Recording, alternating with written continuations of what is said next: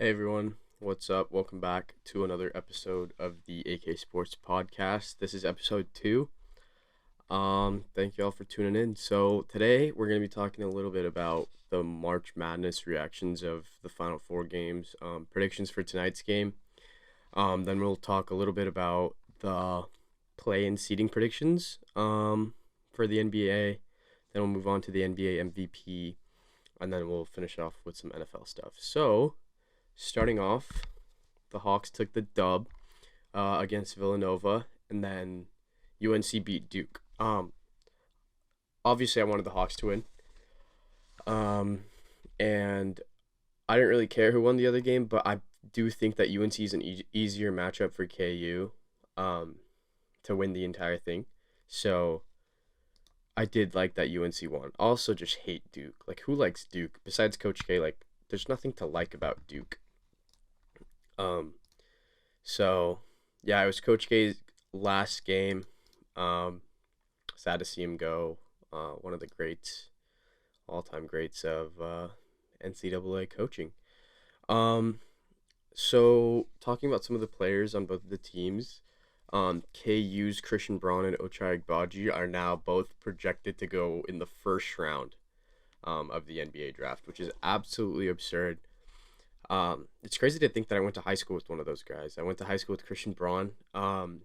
He was, I think, a grade above us, but from my freshman year to my senior year, he wasn't there my senior year because he was a grade above, but my freshman year to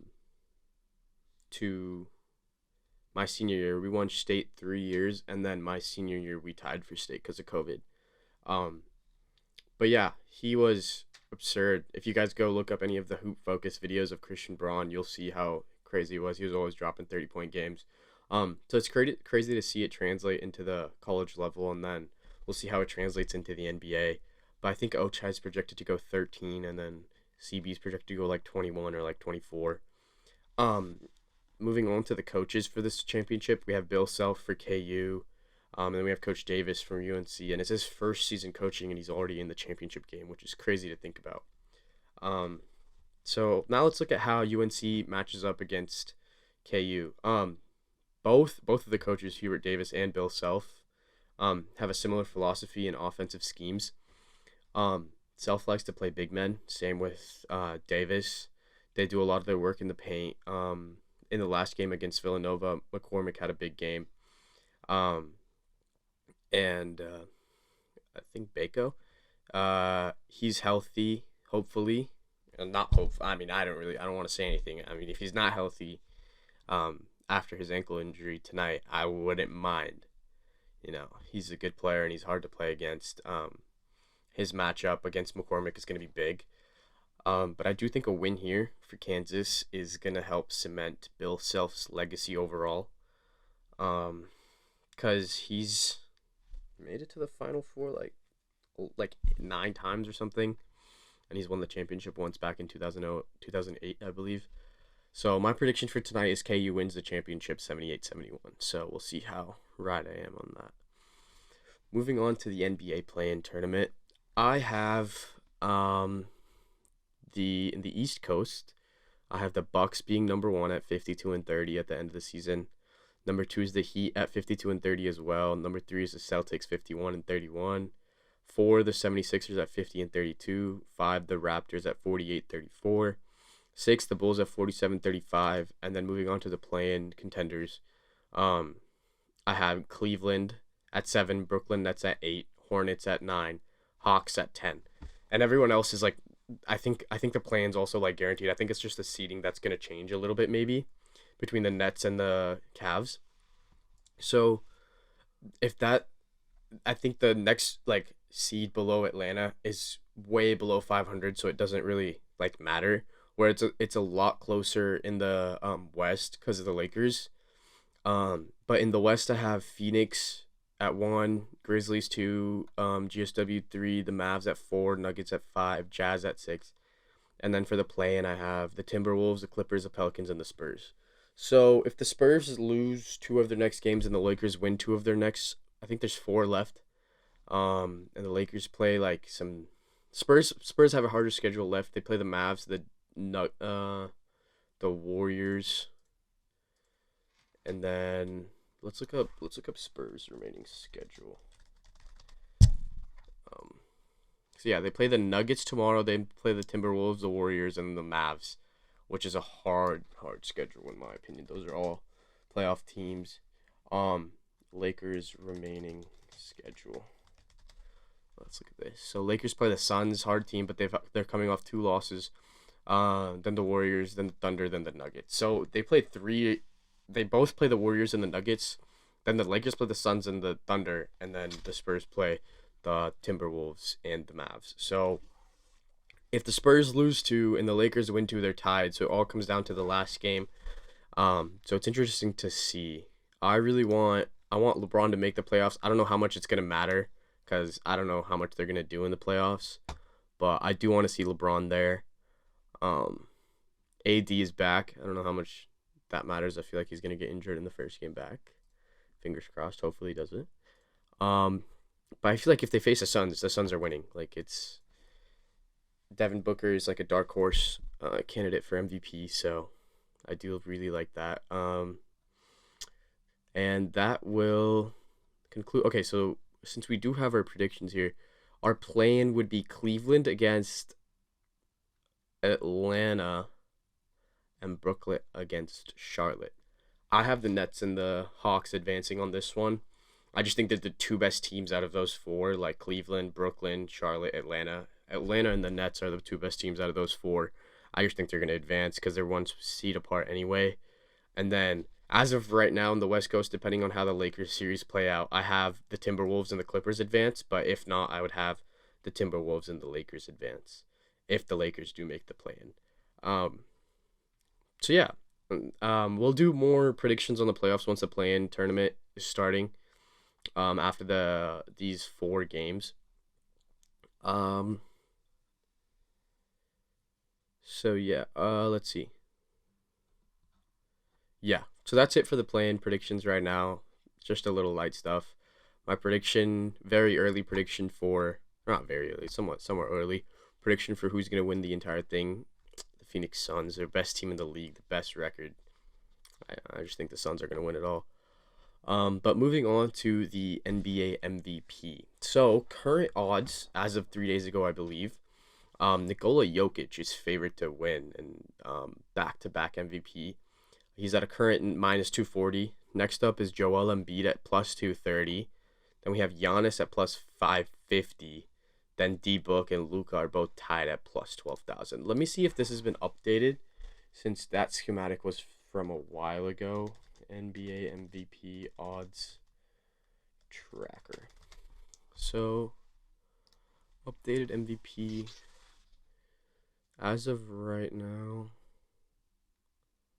it seems to be, that does not look right. Wait, 10 hours ago.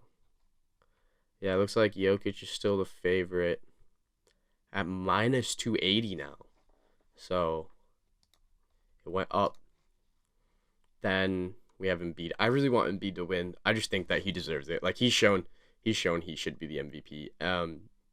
Like the first 3 quarters of the season, it was always Embiid for me, and then towards the end of it this season, Jokic has been making a run at it, but you also like can't leave Giannis out of the equation. So I want Embiid to win. I think Jokic will win, and I won't be upset if Giannis wins. So that's my take on that. Comment down below who you guys think should win MVP and who you guys think will win MVP.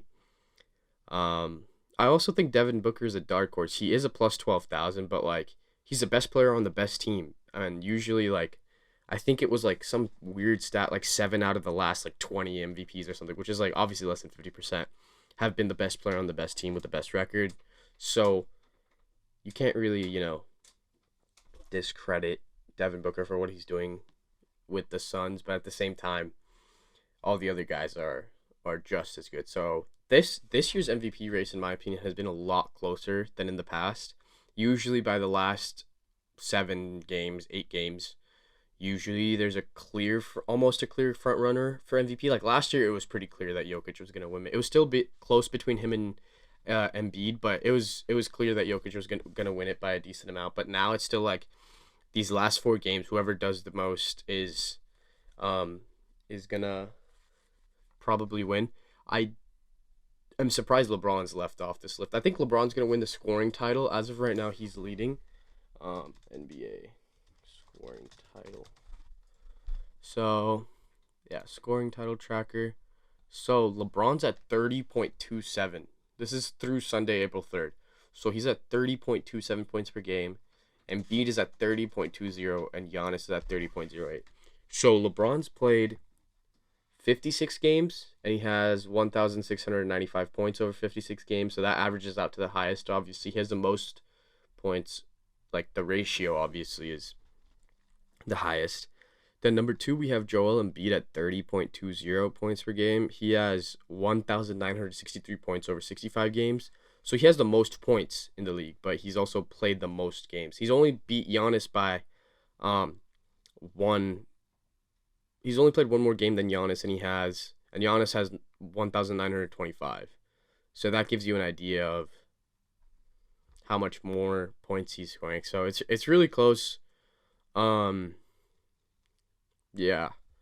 So the difference between LeBron and Embiid is just 0.07 points per game, which is crazy. Sunday helped Joel Embiid's case a lot. He had 44 points against the win over Cleveland. And Giannis had 28 points in the loss to Dallas. So it's the gap is narrowing because LeBron's on a day-to-day basis because of his ankle. So you don't know who's going to end up taking the scoring title. I feel like it's going to be... See, like, even, like, before games played on Saturday, it was LeBron, Giannis, Embiid, and it completely flipped. Like, Embiid, like, overtook Giannis, and I guess LeBron stayed at the same. And, yeah. The Saturday results as well, because Saturday, Joel Embiid had 29 points in Philly, and Giannis didn't play a game then. So, I guess it just depends on how the games go out the rest of the way. But yeah, comment who your picks for MVP are, who your teams for the play-in are, and who you're rooting for in tonight's game for KU against UNC. And then we're going to transition a little bit onto NFL. So as we all know, the NFL overtime rules have changed in the postseason. Both teams now get a possession. I talked a little bit about this on episode 1, but it's like confirmed now, and both teams will get a possession in the postseason in the playoffs, and if they're still tied at the end of both teams getting a possession, then it goes down to the traditional sudden death, and it's decided by a coin flip once again. So like, it changes a little bit, but what pisses me off the most is that when this happened to the Chiefs, like everyone was like, "Oh, play defense. You should be able to trust your defense in that situation." And then it happens to the Bills, and we're like, "Oh, the coin flip decided the game." Like, yes, sure, the coin flip decided the game. Then you could say the same thing about the Chiefs and the Patriots in the AFC Championship game in like 2016 or 17. I don't remember when it was. A long time ago. A while ago, like 3-4 years ago. And then, I don't know. I just feel like changing it now it's just like when it hurt the Chiefs, the NFL didn't do anything about it. But when it helps the Chiefs, the NFL suddenly wants to change it. Obviously, like, that's not the only reason that it's changing. A lot of games came down to like overtime. So like the Chargers-Raiders game at the end of the season, that was insane. But yeah, I also think it's because the Chiefs-Bills game was probably the best game, in my opinion, the best game I've ever seen of all time. The Super Bowl might hold more value in my mind against the 49ers just because it's the Super Bowl. But this is a playoff game that was absolutely absurd. 13 seconds left. Patrick Mahomes marches down the field with Tyreek Hill and Travis Kelce, hits a field goal, then gets the ball back in overtime, and we score and we win. So, like, I guess how I can see the need for both teams getting a possession in the postseason, but I don't know. It's whatever. I don't really like care about the rule change. Like, it doesn't really change much. It just gives both teams a possession. Like, I feel like we all knew this was coming after the Bills-Chiefs game.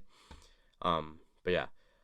Some trade talks. Devontae Parker has moved to the Patriots. And the top three teams in the NFL that are in need of wide receiver are Patriots, Packers, and Chiefs, and they're all in the buzz about the wide receiver room. So, as per the Chiefs are interested in two major wide receivers around the market. DK Metcalf. Now the thing about the DK Metcalf thing is that the Seahawks are denying trade talks of DK Metcalf, and they're saying that he's gonna stay, all this stuff. But that's the exact same shit they said with Russell Wilson. So we all know where Russell Wilson is now. So it's just like they're saying it in the almost the exact same wording as well. Like, he's gonna stay.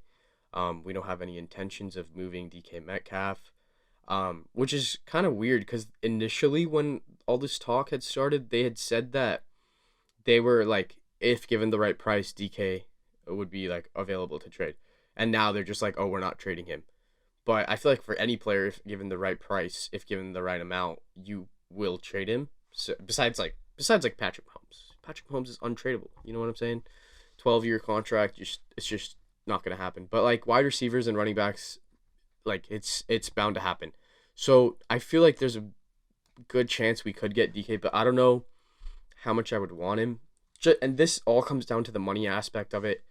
We got a lot from the Tyreek Hill trade. We got 5 draft picks, and like that's an absolute haul for Tyreek Hill. And as I mentioned earlier in the last podcast, the Jets offered us like a 3rd and a 5th round pick, and that's the Jets offer, and Miami offered us 5 picks, and both trade offers were accepted. It was just wherever Tyreek wanted to go. And thank God he wanted to go to Miami. It sucks that Miami's a better team than the Jets, and he makes them better. But we got 5 draft picks out of it, and 2 of them in the 1st and 2nd round. So, and 1 in the 4th, I believe, for this year. And then next year we get a 4th and a 6th. So, it's a crazy haul. But then you put a lot of that capital back towards DK Metcalf. And if you obtain DK Metcalf, you're going to have to extend him. So, all that $20 million in cap space that we got from Tyreek, if you're not going to give Tyreek a $30 million extension, you're going to have to give DK a $25 million extension, right? So you put yourself back into that hole. Unless he's like, if he's a sub $20 million player, then I am all for it. Then I'd be interested in getting DK. Obviously, he'd be a great wide receiver one, great vertical speed, high point the ball, great deep threat. Overall, just a great great wide receiver to be our wide receiver 1, and then that would put DK as our 1, Juju as our 2, MVS as our 3, and Mecole as our 4, I believe. Yeah, or MVS and Mecole like switch. Depends who wants to play out the slot and who wants to play out the X. So that's on DK Metcalf right now. Another thing that's very gone under the radar a lot is AJ Brown. So, the Chiefs are interested in trading for AJ Brown. Let me just look up the details of this. Interested in. Let's see what this.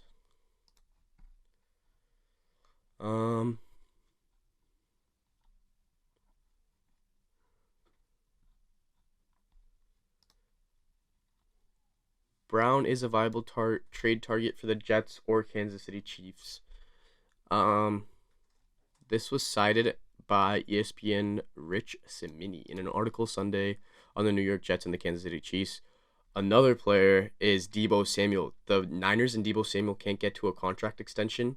Same kind of problem that we had with Tyreek. So I don't know how much money he wants. So I don't even know if we can get Deebo Samuel. Because I'm sure the 49ers are offering him like crazy amounts of money. But if he wants to get paid like Tyreek, like this wide receiver market got messed up, dude. Christian Kirk actually screwed it up. Like Devontae Adams getting $28.2 million a year makes sense.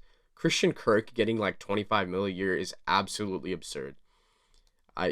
In my opinion, he does not deserve it at all.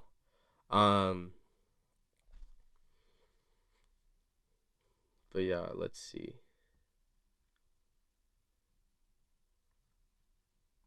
AJ Brown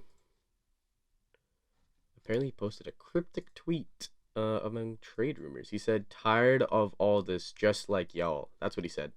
So he's leaving. He's coming to the Chiefs. That's confirmed. It's confirmed, guys. No, I'm kidding. But yeah, I don't know. I don't know who I'd want. who's a better receiver? DK, AJ Brown. Who's let's look at their seasons. DK Metcalf versus AJ Brown. Stats. So this is 2021. DK Metcalf had a better season. 75 receptions for DK, 63 receptions for AJ Brown, who had more touchdowns. Yeah, DK had 12, AJ Brown had 5. He was injured this year, so that is why. Who should I start? Let's see. Overall career ranking. This was back in September 26, 2021.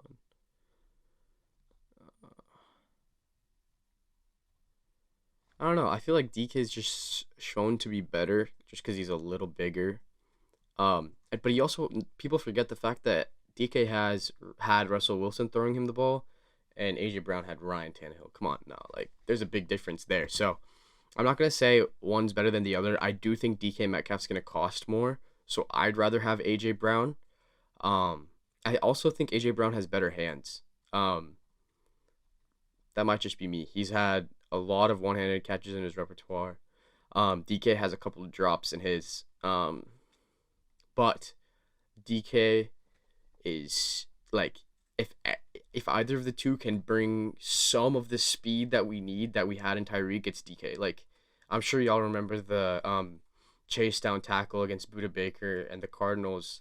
Like that was some of the craziest straight line speed I've seen ever. Besides Tyreek Hill, obviously like Tyreek's on a different level, so DK like would help with the speed room in that sense. And then when you have players like DK who is a vertical threat, Mecole a vertical threat, MVS a vertical threat, you have 3 deep ball threats. Overall, as a team, like we would be almost as fast as we were before with Tyreek and Mecole. But now we've added MVS, and so MVS, Mecole, and DK. I don't know. Like it depends on like how we compare the 2 wide receiver rooms. Initially, the wide receiver room was like this, as in like we had like low tier receivers, mid tier, and then we had Tyreek at the top, right? This year, I feel like we're going for a more like steadier thing where all of our receivers are like a high level receivers, but they're better overall. And instead of it being like a slope, it's more of a steady line, which I don't know if that's better or worse. Like it's gonna definitely change up the scheme in the offense a little bit.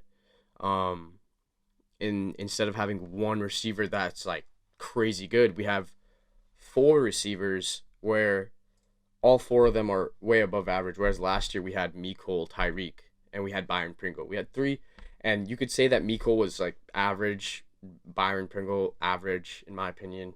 Like I wish we would have kept Pringle because he knew the offense and he would have been like more. I feel like in my opinion he would have been more productive than what MVS is going to be this year. But I'm not counting anything out. So, and then we have like obviously Josh Gordon. I have high expectations for him, or not expectations for him. I would say I want him to do good. I don't know if he will. So there's that. Then I am really excited for Jordy Fortson to come back. If he's our tight end 2, Travis Kelce won't have to stay in as long to like block, and some of the plays that we don't need Travis to block on, if we could just get a half screen from Fortson and have him come outside, he'll have that like one-on-one ball every day. So I feel like I'm really excited for him to come back because I feel like he impacted the Chiefs well. And I've also heard that the Chiefs are narrowing in on Bradbury/Gilmore. So I don't know which side they're closer to. Hopefully it's Gilmore. I'd rather have Gilmore than Bradbury just because Bradbury is a better zone defensive player. And Gilmore is a better overall. He's more experienced. He's a veteran. And a lot of the stuff that Gilmore did last season was overlooked. He played for the Panthers, so that's why nobody really noticed. But he was still he was almost on par with his Patriots season that one year. But yeah, so if I think we need to sign a corner, and if we sign either Bradbury or Gilmore, our positions of need go to. And this also depends on whether we sign a wide receiver. Say we don't sign a wide receiver in free agency. If we don't get a DK Metcalf and AJ Brown or another wide receiver 1, then our position needs go wide receiver and edge are 2 position needs that of equal need. Then it would be nickel. We'd need a nickel or a safety, or a corner, and then it comes, I would say, linebacker, then right tackle, or interior defensive lineman. So, in the draft, I want to see us with 29 and 30 move up to like 15, 19, get, I don't know if this is going to happen, but I want to get Jamison Williams, in my opinion. I would be okay if we get Jamison Williams and we don't sign a wide receiver because his ACL recovery is looking very good. He'll be like back in the middle of the season, I think, is what is coming on. And I would love to get a Jawbo with pick 30. Or if one of the positions is like completely gone and the other position is stacked still, like say like all the wide receivers, like all the top 5 wide receivers go in the first round, and at 29 and 30, we're just left with 2 really good edges. I don't mind double dipping and getting 2 really good edges or 2 really good wide receivers at those 2 picks. But I would like to see us move up in the first round with one of our picks and give away maybe like a 7th and a 4th for so our 7th, a 4th, and our 1, or like a 1, a 3, and a 6. If we give up a 1, a 3, and a 6 for an earlier 1, I'd be down to get Jamison Williams, Garrett Wilson, Chris Olave, but these are all projected top 10 picks, besides maybe Jamison Williams because of the injury. So, depending on how the injuries heal and stuff like that, I guess we're going to have to see on who falls and who doesn't. But I really want them to get Jamison Williams. I think he, before the injury, was the best wide receiver in this draft, and hopefully the injury lowers his draft stock so the Chiefs can snipe him at either 15, 19, 22, either one, before the Packers, hopefully. So, in another one of the mock drafts that I saw over the weekend, we had Chris Olave in the first round, and in the second pick we had Dax Hill, I think, which is the nickel safety. So we'd move him to safety. We'd move Thornhill and Reed to safety, and we'd put him at nickel, and that would move Snead to our outside slot and Fenton to our outside slot. So, yeah, I think that would be ideal. I don't know if I'd want to take Dax Hill or if I'd want to take 2 wide receivers, maybe like Jamison Williams, Sky Moore, or Jamison Williams, Ajabo, or Buffet. Like, depending on who's available, it's all going to depend on that. But my top 2 picks would be David Ajabo and Jamison Williams. But if Jamison Williams is gone and stuff, I would be okay with trading down as well. Trading to both of our first rounds to like 33, 37 type things, like a couple picks later, so we get more value out of it and get maybe like a 5th or a 6th out of those 2 picks if we're trading down. And there's teams that want players that are projected 29 and 30. So it all comes down to that. I think when draft time comes around, I'm going to be doing a live for that, so stay tuned. Yo, guys, we are back. I haven't uploaded the full video yet. Obviously, you guys are seeing this now. This is after the Jayhawks have just won the national championship. We got a ring, baby. We got a ring. KU, let's go. Let's get it. You can see my guest here. His name's Prathik, a friend from back home. You want to tell him a little bit about yourself, Prathik? Yeah, what's up? Appreciate you letting me be on here. It's an honor, in my opinion. For sure. Yeah, me and Akshat, we've been friends for a little bit, for a few years now. I go to Wisconsin. He goes to Purdue, so Big Ten rivals. Yeah, Big Ten rivals doesn't really matter though. But today we can join as KU fans. Right. So we come together. It's all good. Yeah. Come together today to celebrate Kansas. Our hometown. It's nice. Yep. It's nice seeing everyone back home having fun. Yeah, dude, Lawrence is crazy right now. All my friends are Mass Street. Yeah, it's actually crazy. Shout out to all you KU homies. Dude, that game was crazy. That game was insane. It was crazy, bro. The largest deficit overcame in the NCAA championship. And what hit me at the end was, bro, I saw Christian Braun up there talking, and I was like, I went to high school with that guy. You went to high school with him, yeah. That's actually wild. That's mad. And like, obviously, like we both go to different schools. Like, obviously, we're gonna support Purdue and Wisconsin, but we've both grown up watching KU basketball since we were kids because it was just through and through. Exactly. So Yeah. Always got to support the hometown team. You know what I'm saying? Of course. But yeah, so let's talk a little bit about the game. At halftime, I was like, okay, this is game. Like, It's raps. yeah, Yeah, I it's was like, raps. we're not coming back from this.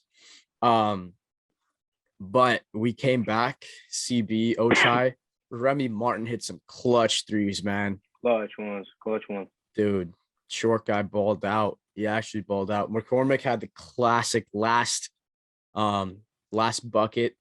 Um, I'm still in shock, honestly, after that game. I was just so surprised. All of my friends were rooting for UNC besides one. Archers, thank you for that. But yeah, thank God we won, man. Dude, the streets in Lawrence right now are absurd. Mass Street about to get massacred tonight. Dude, it's actually It's about to insane. get massacred tonight. But yeah, overall, I think the teams matched up very well. I need to show you guys this one of my brackets. I had KU winning. Let me just pull that up right now. It's at right now. I It's at did too. 98.4%. It's at 1,140 points. Let's see if you guys can see. Oh my gosh. I predicted the score to be 71-68, and the score was 72-69. Let's see if it focuses. And yeah. you predicted North Carolina? No. I had Gonzaga winning. Oh, okay. If I predicted North Carolina, I'd be a rich man. But yeah, KU won. Take the dubs, you know. But yeah, let's go through and wrap up March Madness since it is finally over. Yep. So we'll start off with the first round. Obviously, a lot of these games don't matter, but KU played Texas Southern, and then Wisconsin played Creighton. Colgate. Wisconsin played Colgate. Yeah, that was a close one. Oh, y'all played. I'm not gonna lie, those white boys were letting it fly. Dude, they were telling us for a sec. Y'all played a toothpaste company. Damn. Yeah, I know, and almost lost. I know. And then Purdue played Yale. And then the second round, Kansas played Creighton, 179-72, which was still a pretty close game, like in my opinion. Yeah, it was close. Wisconsin lost to Iowa State. that was a bad one. You know, when you only make 2 threes after shooting 23, it's not a good look. It's not a good look. And then Purdue played Texas, I believe, in the second round. Right. You guys won by 10. Yeah. Yeah, that was a close game as well. And then the third round, we played Providence, which was, in my opinion, the most overrated team. They were a 4 seed, and they were I know. So ass. I wasn't stressed about Providence one bit. Yeah, and then Purdue played. Purdue lost to team. Yeah, we lost to St. Peter's. That was a depressing day. It was National Peacock Day as well. Yeah, it was meant to happen. It was, I guess. And then we move on to Kansas versus Miami, which was a crazy game because it was kind of similar to this one in the fact that Kansas was down at the half by a lot, and they came back and won by 26. That's crazy. Yeah. And then UNC beat St. Peter's by 20 as well. Duke won. And Villanova won. So that brings us to the Final Four. We had Villanova versus Kansas, big dubs, and then UNC versus Duke, which in my opinion was a really good game. Coach K's last game. And then last but not least, we got the championship, Kansas and UNC. What a game. It was a fun one to watch. Very stressful to say the least. Yeah, it means a lot though. It means a lot. Bill Self, his dad died earlier this year, so I'm sure it meant a lot to him. 2 national championships, one in 2008, one in 2022.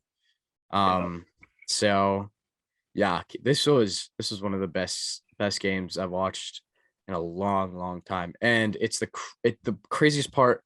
2 crazy parts is it was the largest comeback in NCAA championship history. Yep. And 15. And it's just crazy that Christian Braun and me went to the same high school. Ochai Agbaji won, I think, outstanding player of the Final Four, right? Yeah, he did.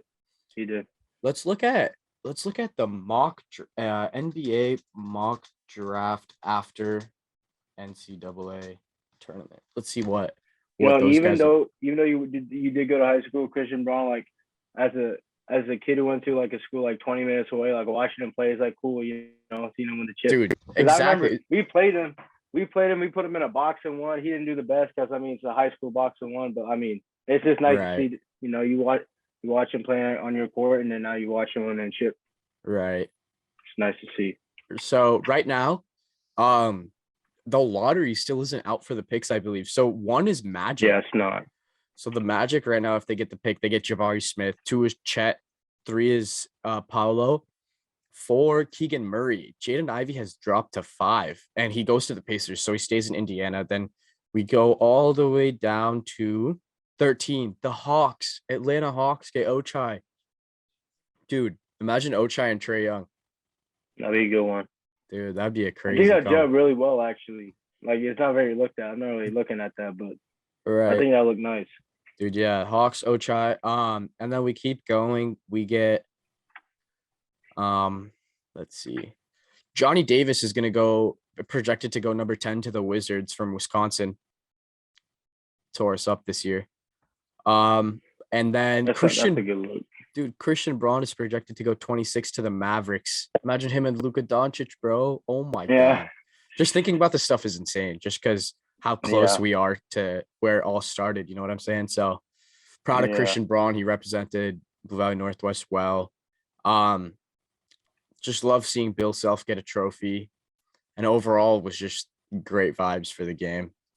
It was. Whole tournament too. Yeah, the tournament was great this year. It sucks that we got to wait another year for March Madness again, but we will be back next year. Dude, honestly, I think this was Purdue's best shot of winning it all, and we choked. You think you guys know who you guys get next year, or like who's leaving this upcoming Jaden's year? leaving, Travion's leaving, Eric Connor's leaving, Sasha Stefanovic is leaving. Travion and Jaden leaving is the two biggest. I think Jaden was like such a big player this year. He's projected top 5 pick overall. That just shows how much he contributed, you know. I think he was underrated on like the college like awards. Like for Naismith, like I'm gonna be honest, as a person who goes to Wisconsin and looking like the list at like the Naismith finalists, like Johnny Davis good, but like I didn't think he'd make the finalists. Semi-finalists, I understood, you know, there's about 10 of them, but I don't know if he's one of the 4 best hoopers this season. It's the guy from Kentucky won, right? Oscar. Yeah, Kentucky won. He won the AP. Schwebe. Yeah. Well, I think he won the. I don't know what they released in Naismith. Oscar. I know he won the AP. Yeah, he won the Naismith. Oscar from Kentucky. I don't know, man. They got kicked in the first round to St. Peter's. I don't know how I feel about that one. But but reassessing like Johnny, like when we played you guys in like early January, he had like a big performance, and from that moment on, he was like put on the radar. But after that game, it wasn't like these type of numbers that he put up like that game against Purdue. So I mean, I hope he plays well. I think Washington would be a good fit. But like compared to the other players that are like semifinalists, like Jaden Ivey wasn't even a semifinalist. I think he should have easily been a semifinalist. Yeah, Big Ten Player of the Year, I think, for sure. I know Johnny got it, but it should have been Cole. Yeah, it should have been Cole at least. So at least, yeah. No, it's crazy. Yeah, I think this was Purdue's best shot like in a while, because dude, this was the first time in school history we were ever a number 1 seed in the entire like country. We had Jaden Ivey, Travion Williams, Zach Edey. We had everyone. So it's whatever. We'll see how we do and how we handle next year, but we'll be back. But that wraps up college basketball for the year. We gotta wait another year till it's back. Yep. Any closing remarks? Yeah, I got a question. Well, we're gonna switch it off basketball. How you feeling about Purdue football next spring or next fall? We're losing David Bell and Karlaftis for sure. The thing is, though, the Chiefs might draft Karlaftis at 29 or 30.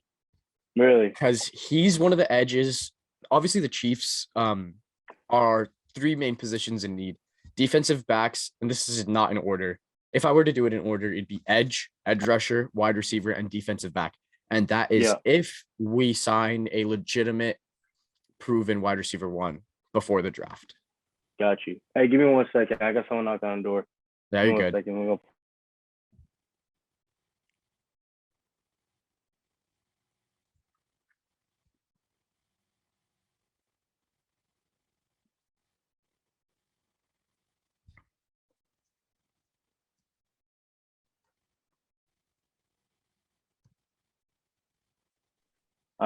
We back. All right, yeah. Well, so yeah, we were talking about the Chiefs' main needs right now. So Number one is edge, dude. Our defensive line is ass right now. Chris Jones and Frank Yeah, it's Clark. not Are you looking good. kidding me? We haven't even Hey, signed back. yeah, it's not good. It's not good. It's not We good. haven't signed Melvin Ingram either. Yeah, we But gotta sign him. I don't know the what thing he's is, doing he's. on the market, but I think his thing is he doesn't want to go to OTAs and like practice for no reason. I think he's just gonna wait till yeah, training camp. So hopefully we get him back. But our defensive line is ass. So we're gonna need to get what's it called? Yeah, if we sign a legitimate wide receiver one, an established wide receiver one, right now we're in talks with DK Metcalf, AJ Brown, some other players across the league. But if we get them, yeah, if we get an established wide receiver one, our positions of need will be edge, wide receiver, and then defensive back. So I'm hoping in the draft we can get an established edge and a wide receiver. I would like to get Jamison Williams, but he's probably going to go too high for us. And Karloftis might drop. So yeah, and David Bell is probably like a second rounder, and we got 2 second-round picks. So if we do want to go for a wide receiver, then this wide receiver class is so deep that it might even happen. So yeah. And I think with the free agents on the market too, I mean, I know Julio's still out there, so yeah, I would not be mean, opposed to a Julio signing. I mean, maybe like a 1-year sign. Like, I mean, he's had like I think he's in a position where he can get a contract where it's like he can prove himself. And I think like that's a good position for the Chiefs. For sure. I would not be opposed to the idea of signing Julio Jones. He's just a veteran wide receiver. Dude, I feel like signing Julio Jones makes every other wide receiver in the room better just because of the knowledge and experience he brings to the table. Yeah. Like in his prime, that Super Bowl that they had against the Patriots, obviously they gave up a lead, but like, dude, some of the catches he had in that game were absurd. Yeah. Those sideline catches, toe tap. Dude, those were insane. Odell is still a free agent. Antonio Brown is a free agent. I don't know how I feel about signing AB, but I don't like that. Odell is still a free agent. I think. I don't think the Rams have signed him, right? No, they have not re-signed. The Rams did get Bobby Wagner, though. Were you surprised at all about that? I was really hoping he was going to a team outside the NFC West just because of like already the competition. I heard rumors about him going to 49ers. I'm like, him and Fred Warner would be too scary for any defense, for any offense. Right. So. But I'm also glad he didn't come to the AFC, dude, because the AFC is now stacked with everything going on, especially the AFC West. The Chargers, J.C. Jackson, Khalil Mack, the Raiders, Devontae Adams, the Broncos, Russell Wilson. It's just like, dude, the Chiefs might not even win the division. Like that's what it's looking right now. That's right now. It's looking like, yeah. We don't have the best wide receiver room anymore, and losing Tyreek just hurt us in every possible way. So yeah. What were your thoughts on the Tyreek Hill trade? What went down? I know I called you that day, and I was like, yeah, you did. I was like, yeah, Tyreek's about to get traded, and you're like, no, we'll be fine. And then 20 minutes later, the trade goes down, and then we were both just depressed on the phone. Yeah, it was not a fun day. All I'm saying is, I wish we gave the one shot, like a 1-year shot with Tyreek and Juju. Yeah, just that would have been a great combo.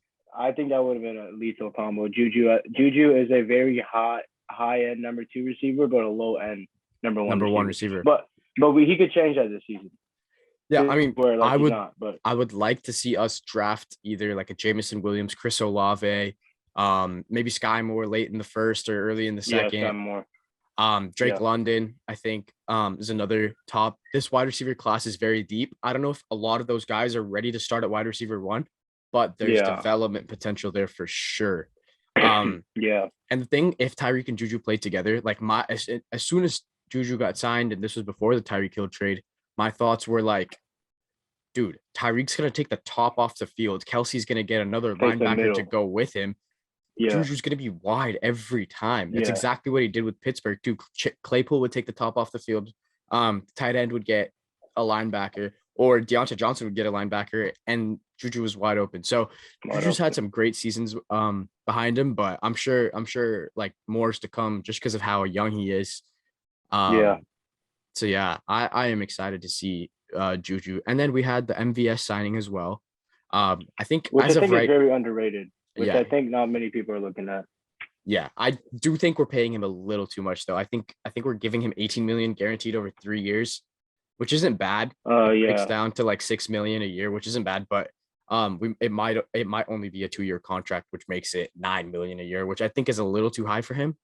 But if we were to get DK Metcalf or AJ Brown, which I think are the two serious talks we're having, and possibility of Deebo Samuel, because the 49ers have not been able to come to a contract extension with him. So the same thing might happen where he gets traded, because like how Tyreek got traded is where he couldn't get a contract extension that he likes, because the 49ers are stuck in cap space with all their others, because they got to extend Nick Bosa soon as well. But they do have they do have Trey Lance on the rookie contract, and they're still paying Jimmy a decent amount. So we'll see how that goes. But the Packers, who is Aaron Rodgers going to throw the ball to, bro? Dude, Robert Tonyan, Randall Cobb. That's about it. Yeah, I think they're going to make some great moves in the draft as well. They're probably going to try to draft up. I think they have the pick right after us, or like 22nd or something like that. They're probably going to trade up to get a wide receiver as well. I think they have to get a receiver this first round. There's just too much wide receiver talent, and the lack of wide receiver talent in that room, they got to get some. I think a couple of the early picks are going to be wide receiver. They also need some defensive line with Zadarius Smith signing or leaving. Where did he end up going? Vikings. But he initially was going to sign with the Ravens, but then he ended up going to the Vikings. So, there's that. Any other thoughts on the Chiefs offseason so far? If I were to give it a grade, I think I'd give it a B-, and heavily, and a high reason that the only reason it's even that high is just because of the Juju, Nevias signings, and a few other defensive signings. But the reason it's that low too is because we trade Tyreek. I would give it a B-, B. Because obviously, like, dude, trading Tyreek is like who saw that? No one saw that coming. No one. And dude, he is the most dynamic player. He's the most dynamic player in the league, bro. And he lost him. But the thing is, the trade came down to the Jets and the Dolphins, and the Jets offered a third round pick, and a 5th round pick, and Miami offered all those 5 picks that we did get. And both of those trade offers were accepted just because the Chiefs like couldn't afford to like not accept the trade and have it stall even longer. But thank God we accepted Miami's trade. Like, it sucks that they're the better team and that they just got instantly better with Tyreek's addition. But dude, 5 draft picks for one player is a haul. That is a haul. Take it. Exactly. And it gives us so much draft capital in this year's draft, and it allows us to be more flexible with what we do. Getting edge players, getting receivers, getting corners, safeties even. We need someone at the nickel.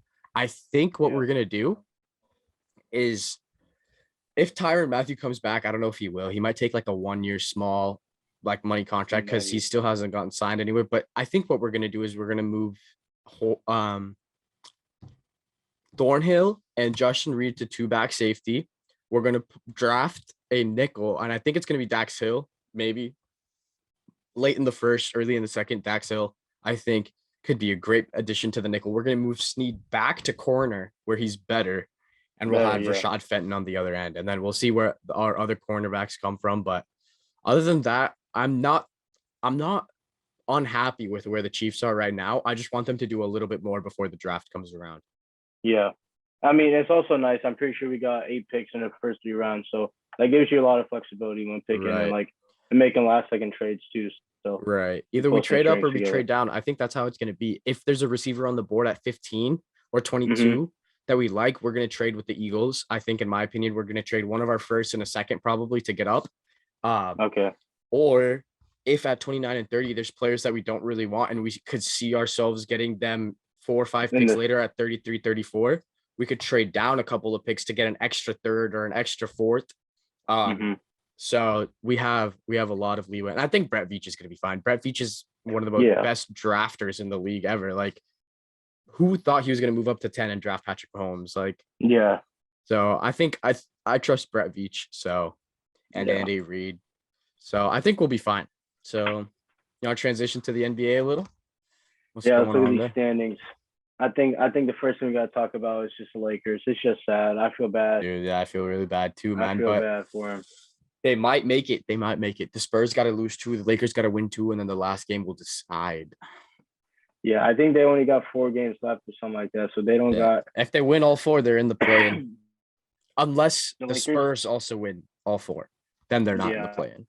Yeah, they're 2 games back right now from the 10th, but Yeah. I don't know. I don't think even if they make it, they're not winning 2 games to go into the playoffs. I think the Suns. I think it's enough. My pick to win the whole thing is the Suns. Like, I might be a bandwagon, but Devin Booker is cold, man. He's one cold brother. Yeah, I'm for sure a Suns supporter. I've been a supporter for them for a while. Not as much as you, but it's like one of those teams like you it's look not at, even like, that. I hope they do good. This is gonna sound really bad.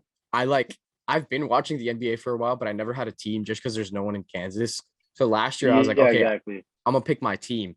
And I wanted to get a jersey, so I was like, I need to pick the coldest jersey there is. And the Valley Devin Booker jersey is just, dude, I want that so bad. Dude, let me go grab it real quick. It's right. I know you got it. I know you got it hung up. Oh, it's folded now. It's put away.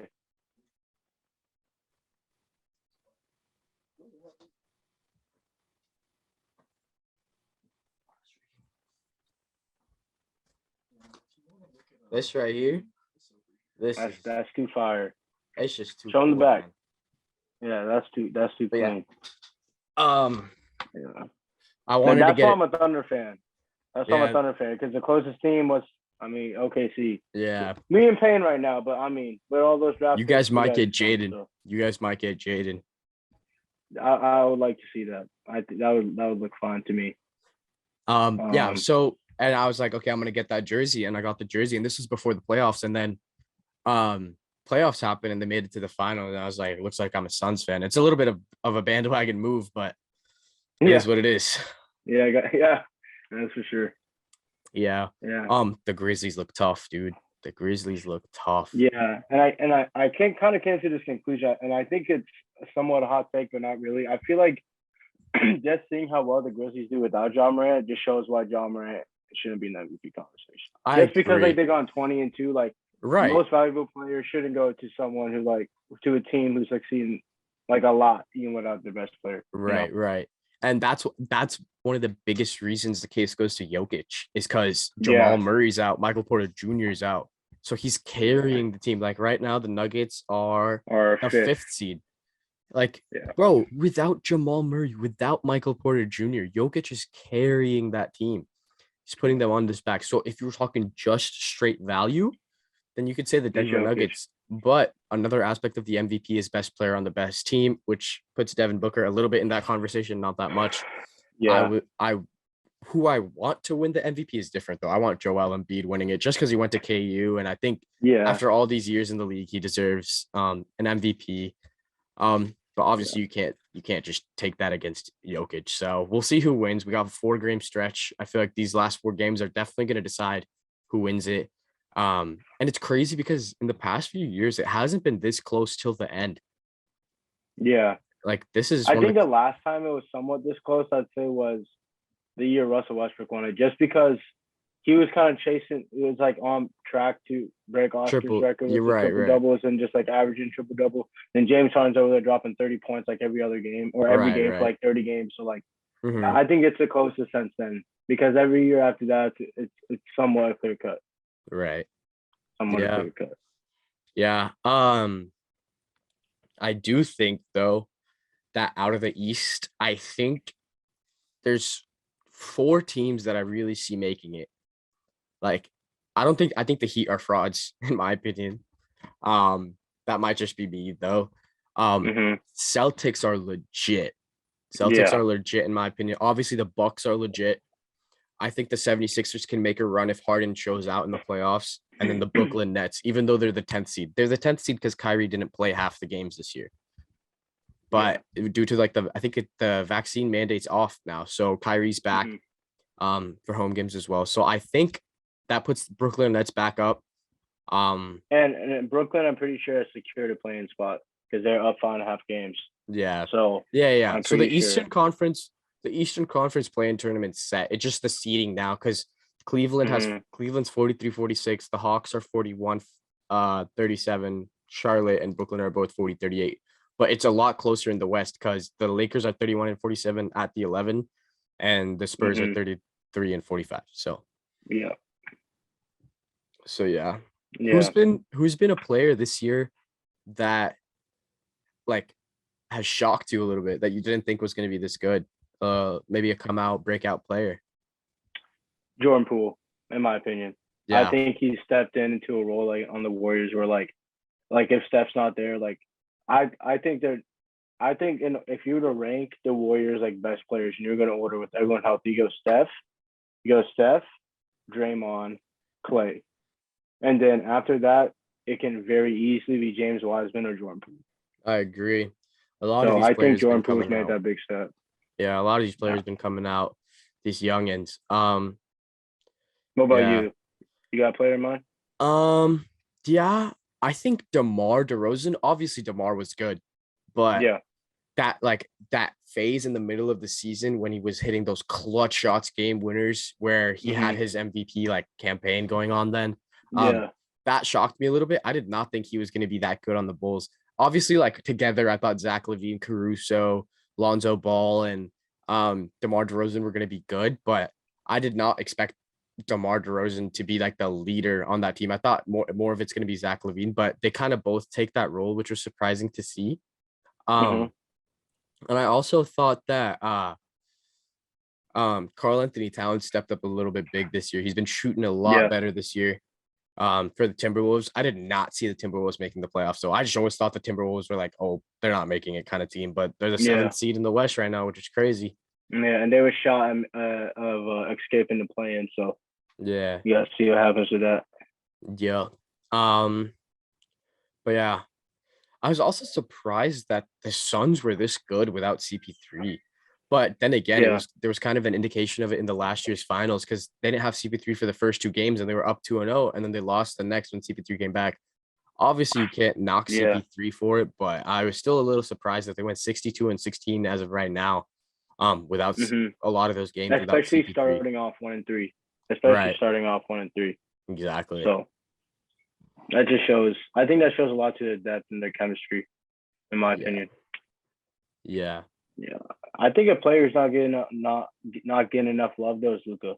Like Luka, Facts. like Facts. he's been cooking on another Dude, level. they're the 4 seed. Luka is one of my favorite players in the NBA. Just love watching him play. He's a couple of pieces away, I think, still from a championship.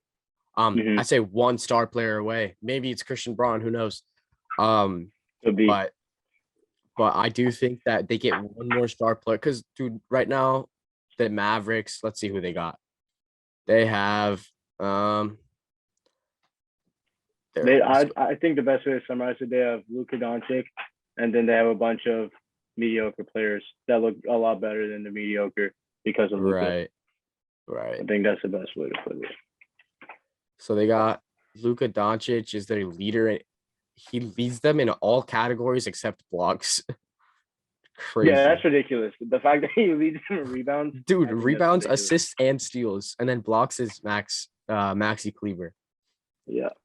But I think they're one player away from getting a title. So we'll see. I think it's kind of sad the fact that Kristaps could have been that player. And he was for like in the playoffs for a little bit one year, but then it just didn't work out. Where is he now? Did he get traded? Yeah, he's on the Wizards. He was part of the Spencer Dinwiddie trade. Right. Spencer Dinwiddie he's been all right for them so far. Yeah, they have a lot of depth. I think they have a lot of underrated depth. It's just that they don't have the star pieces. Yeah. You know, they have the depth, but they don't have the star pieces.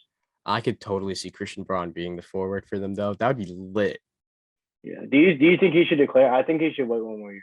Like, I think he has like he's shown a lot. Like, he really put himself on the map this run.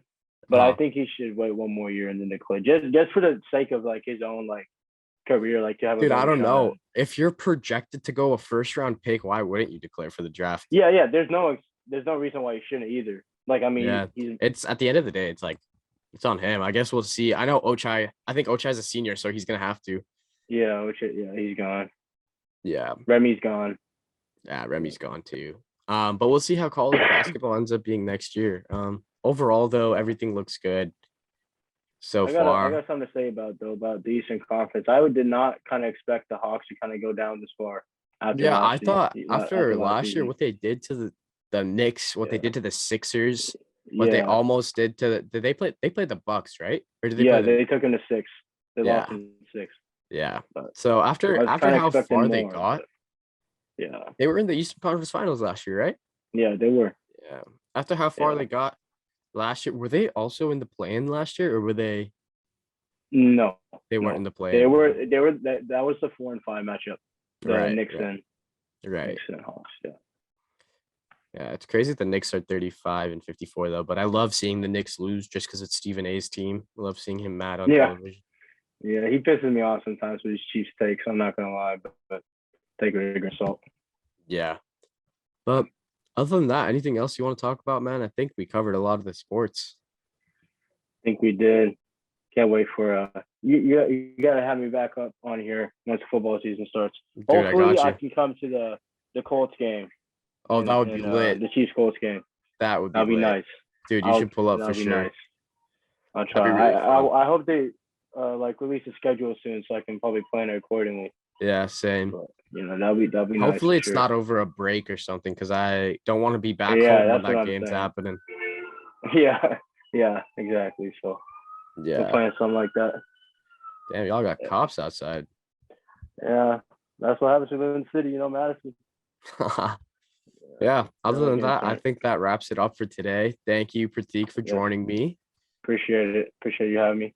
Thank you guys for watching. We'll catch you guys on the next episode. Hey, ring him. Ring him. All right, brother. I'll catch you later. All right, see you, bro. Peace. Peace.